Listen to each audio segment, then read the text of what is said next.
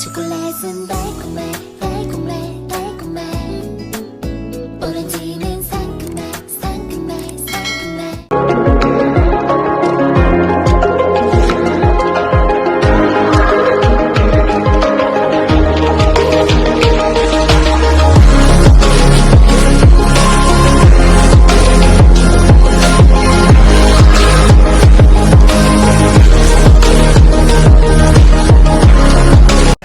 Pia Wurtzbach, Philippines! She won Miss Universe Philippines on her third attempt. Here we are. Why should you be the next Miss Universe? To be a Miss Universe is both an honor and a responsibility. If I were to be Miss Universe, I will use my voice to influence the youth, and I would raise awareness to certain causes like HIV awareness that is timely and relevant to my country, which is the Philippines. I want to show the world, the universe rather, that I am confidently beautiful with a heart. Thank you. Miss Universe 2015 is Philippines.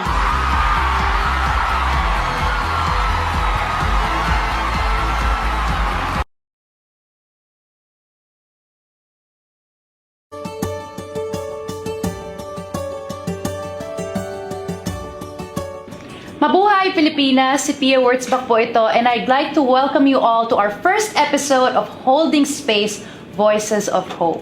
Ang programang ito ay handog sa atin ng volunteers ng Flourish by Love Yourself at in partnership with Mental Health PH. Holding Space, Voices of Hope is a program where we give a face to different issues affecting people's mental wellness, while also encouraging everyone to reach out to the people that they trust for support. Ang bawat episode ng Holding Space ay magbibigay ng storya ng inspirasyon. Ito ay magpapatotoo na may mga taong handang tumulong at magbigay ng suporta sa atin physically, mentally, and emotionally para malampasan ang mga pinagdadaanan natin sa buhay. For our first episode, we will talk about something close to my heart. It's an advocacy not only for Miss Universe but for a lifetime. As a UNAIDS Goodwill Ambassador and also with the help of my Love Yourself family, I am inclined to do more for the HIV advocacy. HIV remains to be one of the public health concerns in our country, in which approximately 80,000 Filipinos are living with HIV. The Philippines also has the fastest number of infection rates in the Asia-Pacific region, having 31 diagnoses a day. But more than the virus, some people living with HIV are also fighting against invisible enemies such as anxiety and depression. Some of these are caused by stigma and discrimination or other environmental factors present in their surroundings. And it can also be aggravated by the side effects of antiretroviral therapies. So sharing his experiences on overcoming these hurdles is one of Love Yourself's HIV counselor, Papa Chen. Hello, Papa Chen. Hello, Kumusta? Pia. Kumusta? Mabuti naman, Pia. Mag-hello ka sa mga viewers natin. Sa ating mga manonood ng Holding Space, ako si Papa Chen, 39 years old, volunteer, advocate, at isang HIV counselor, at consistent na 4 years undetectable. Nice. Congratulations. Yes. Kumusta ka muna, Papa Chen? Kumusta ka nitong pandemic? Itong pandemic, mahirap but still surviving. Tuloy lang ang buhay pa rin naman. Okay, could you tell us more about your journey? Pwede mo bang i-share sa amin yung mga experiences mo? Nagsimula yung aking journey was May 28, 2017 when I was diagnosed with HIV. I was reactive in a mass testing event which happened in Malate. So, somewhere during the first 6 months of my diagnosis, doon ako naka-experience ng anxiety towards depression, actually clinically. And doon ako naka-experience ng alopecia, to which I didn't know magkakaroon pala ng impact sa akin as a person na magde-develop ng anxiety, yung mga sleepless nights and mag-weight loss. Bumalik ako sa doctor natin sa treatment hub, but sabi nga nung doctor natin, hair loss is just a normal side effect. But for me, parang sa akin hindi siya normal. Kasi unang-una, nagsabi ako sa parents ko na and sa family ko na I was taken care of the best doctors in the Philippines, and parang reverse yun nangyayari. Kasi nagkakaroon ako ng physical deterioration every day I look into the mirror. Yeah. Papa Chen, I'm just curious, was it easier for you to talk about your HIV status than the cause of your anxiety and depression, which was the alopecia? Actually, way back then, it was difficult for me to talk about my HIV thing. So if people would come to me, oh, what's happening to your hair? I would just simply say or make an excuse that, oh, I'm taking oral chemo for my throat. That's just a lame excuse. So that there will be no more follow-up questions because I'm not yet ready way back then to disclose that I am taking ARV and this is the side effect and this is how does a person living with HIV looks like. Of course, we also don't want people to think that the ARV causes hair loss to everyone. We want to make it clear that this is a side effect. This doesn't happen to everybody. It's normal when you suddenly switch medications for your body to sort of adjust. And of course, it needs time. So I don't want people to think na, ay, hindi na lang ako mag-ARV kasi baka mangyari sa akin yan. I want to make it clear, guys, that it's sometimes anxiety and depression, kung ano pang yung cause niyan, can cause alopecia. And then, baka lalo pang mag-trigger yung anxiety and depression mo because of that. And sometimes it's like this ball na parang the cause and the effect are paikot-ikot lang, parang ganun. So when we talk about the side effects that our people living with HIV experience when they take their medications, it would actually depend kung anong ARV yung iniinom nila. But actually, common across all of these ARV is actually what we call nausea and vomiting or pagsuka or pagduduwal. Common din sa mga gamot, yung tinatawag na gastrointestinal upset wherein kapag ininom mo yung gamot, pwedeng suka, pwedeng magduwal, pwedeng mangasim. So yun yung mga common side effects across all of the antiretroviral therapy. Pero yung mga specific na side effect would definitely depend on kung ano pa yung other components ng gamot. Most of our patients living with HIV actually take the component which is called efavirenz. So this is the third component of their medication. And this actually has a lot of neuropsychiatric side effects or mga side effects na related sa brain or sa mental health. Although these are rare, so not really rare, but uncommon. So for example, around 15 to 20% of our patients could actually experience yung mga ganong side effects. Hindi naman nangyayari sa lahat ng tao, pero it can happen. It can definitely affect their mental health. While there are challenges na pwede makapag-stop sa atin ng ARV, including yung side effects, we always have to remember our motivation why we actually take the antiretroviral therapy. So as a clinician and as your partner in your treatment, meron actually dalawang targets that we want to achieve when we take antiretroviral therapy. First is to achieve yung mataas na CD4 count. So, yung CD4 count mo, aakyat eventually, hindi ka na mag-AIDS. Hindi ka na makakuha ng mga opportunistic infection. Pangalawa, yung antiretroviral therapy decreases the HIV in your body to the point na ma-achieve mo na yung what we call the undetectable state. Hindi mo matatransfer yung HIV. So, sa tinatawag natin U equals U, sabihin, mababa na yung risk mo of transferring HIV to your sexual partner. So these two motivations actually lead to a better quality of life. And that is what we actually want to achieve, and that is what we actually deserve, right? So if you have any problems in taking your medications, for example, nagkakaroon kayo ng issues with the side effects, please let us know. Please let your providers know. Because we can help you determine the best regimen for you. Kung mas onti yung side effect, mas iinom nyo siya, the better para sa ating adherence. And then, a friend of mine pinged me all of a sudden, randomly. So sabi niya parang, nagtanong lang siya. Sabi niya, kamusta ka? Bakit parang nakikita kita laging active pag gabi at ganitong oras? Online ka? Online ako, yes. Sa Messenger, yung green na status. So sa kanya ako nag-open up. Until sinadjust niya nga na, oh boy, I think you would really need help, professional help. It's best for you to consult a psychiatrist. I took that advice and dialed the nearest clinic na meron malapit on my workplace. And then, ang una kong tanong sa psychiatrist, will you be able to help me? At ang sinagot naman ng psychiatrist sa akin is a resounding and reassuring yes. Pero may kondisyon, sabi niya, but you would really have to be very honest with the assessment that I will give you. Para ma-diagnose natin ng maayos kung ano ba yung problema mo. Ang nangyari is more on talk therapy and decompression sessions.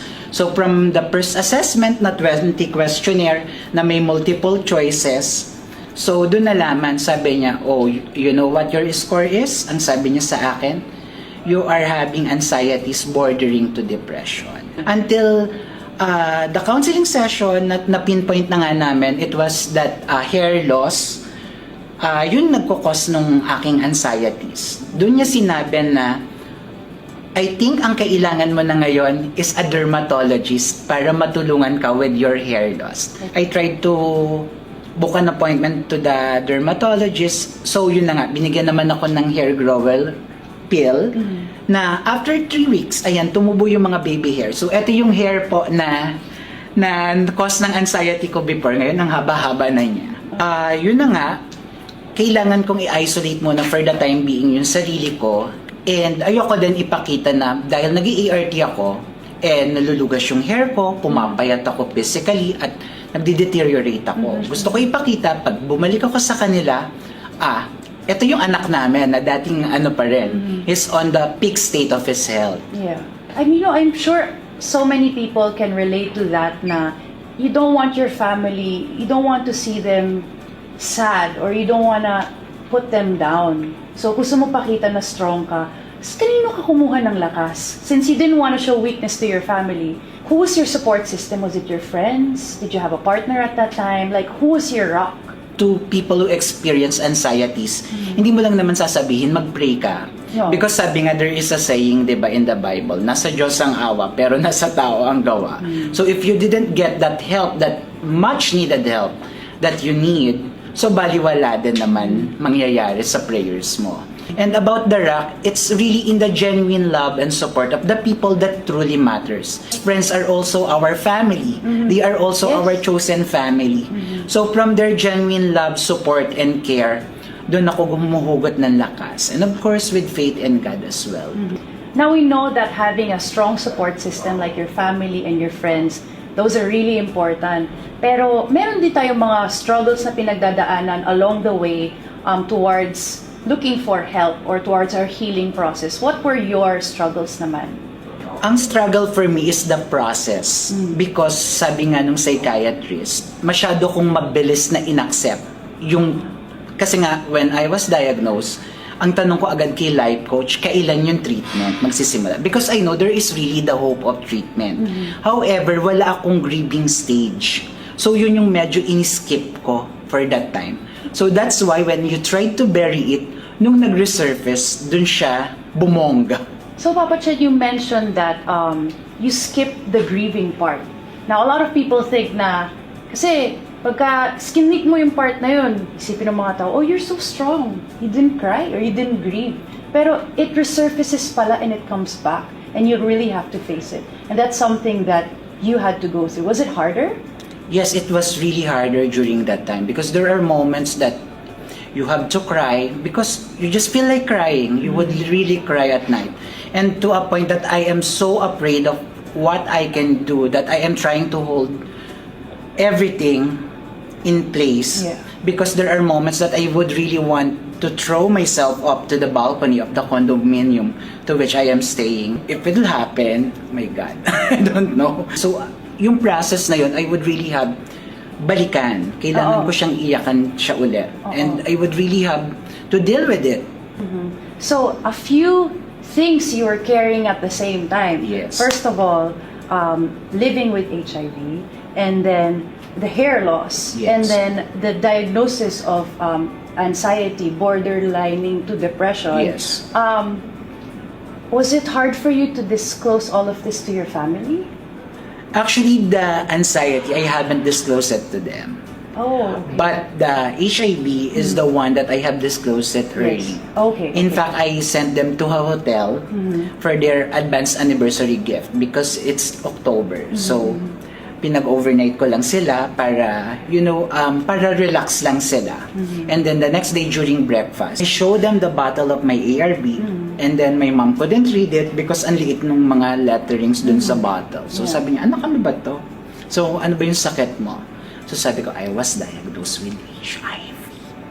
So very, kasi we're eating in a hotel's buffet breakfast. So my mom cried, wala namang masyadong salitaan na nangyari. Until my dad hugged her and said, tama na yan. Tapos, niyakap lang nila ako. And it's like a reset button because for the longest time, hindi kami ganun ka-close ng dad ko because of my gender preference, probably. And it's like a reset button. And when things are getting, for me, becomes like a reset button, beginning or starting again, that's the time naman this anxiety hits because of that hair loss. Yeah. Wow. So, I can only imagine what it was like for you, trying to keep it together, to stay strong, but then having to keep that strength and not show your parents that you were going through something. What were the lessons naman that you learned along the way? Okay, looking back now, ano yung mga pwede sanang nabago to make your healing easier or faster? Parang, what struggles would you have wanted to change?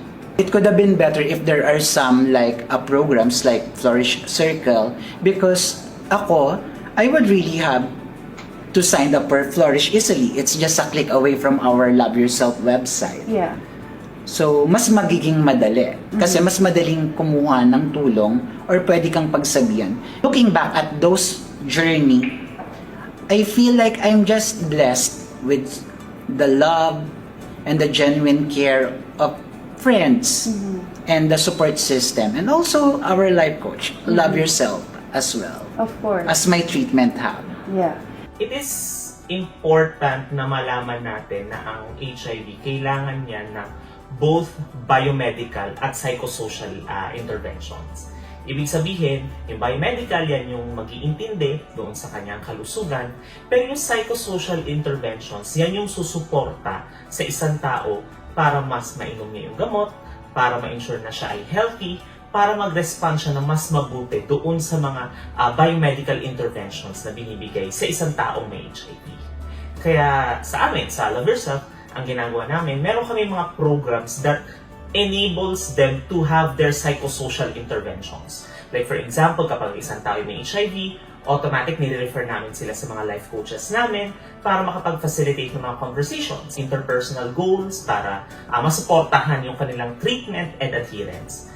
At meron din kaming mga services katulad ng Flourish by Love Yourself, kung saan ito yung mga mental health interventions para sa mga nangailangan, specifically PLHIVs. Ito yung way para makapaglabas sila ng kanilang mga emotions, ng kanilang mga struggles, a healthy way for them to share what they feel para they will be able to release it in a way na it's safe for them, and that can ultimately support yung pagiging adherent nila sa kanilang medication, pag-ensure na they live a normal healthy life.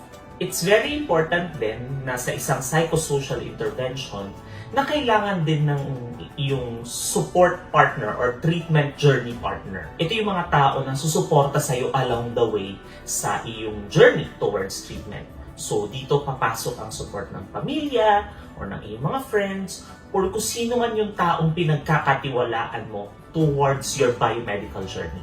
Kasi hindi siya madali. Itong biomedical journey na to, sometimes it can take a toll on someone. Kaya kailangan nila ng isang tao na susuporta sa kanilang sa kanilang journey na to. So, let's talk about, you've overcome this and you're now here sharing your story with everyone. What would your advice be to anybody out there who's going through living with HIV but also going through some anxiety and depression, whatever the cause may be? It is never wrong to ask for help. Sometimes kung hindi mo kayang tumakbo to get that help, pwede kang lumakad. Kung hindi mo kayang lumakad, pwede kang gumapang. At kung hindi ka makagapang, pwede kang sumigaw. Everything now is just one click away. We have Flourish Circle on our website. National Center for Mental Health has a crisis hotline. And there are also non-government organizations just like the Natasha Goldburn Foundation, Hopeline, which they can dial. Everything is Googleable nowadays. So that is the convenience of our era now. magiging Tito Boy tayo ngayon. Sige. If you could talk to your younger self again, what would you try to tell the young Papa Chen? Okay, facing the mirror, the magical yung mirror. Magical mirror. Of What Tito would you? Boy. Yes.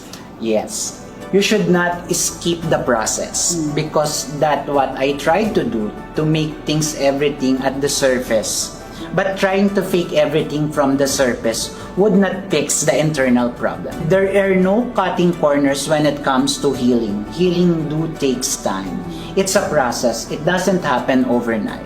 And in life, we are all survivors. Of course. And thank you for being so generous with your story and sharing it with everyone. And I hope anybody watching this right now who can relate won't be shy to, seek help and to talk about how they're feeling, because for sure you're not alone and there's somebody out there who's ready and willing to help you. Thank you for sharing your story with us, Papa. Maraming salamat, Pia, and God bless. Thank you. Una pa lang ang kwento ni Papa Chen sa mga i-feature pa nating mga stories tungkol sa mental health. Mga storyang mabibigyan natin ng mukha at pwedeng kapulutan ng aral. And we would like to thank Flourish by Love Yourself and Mental Health PH for making this episode possible. And thank you to our production house, the All Right Studios, for the artistry of our series of documentaries. Muli, ito si Pia Wurtzbach, and we will be right here in Holding Space to let you hear the voices of hope. We'll see you again in our next episode. Mwah!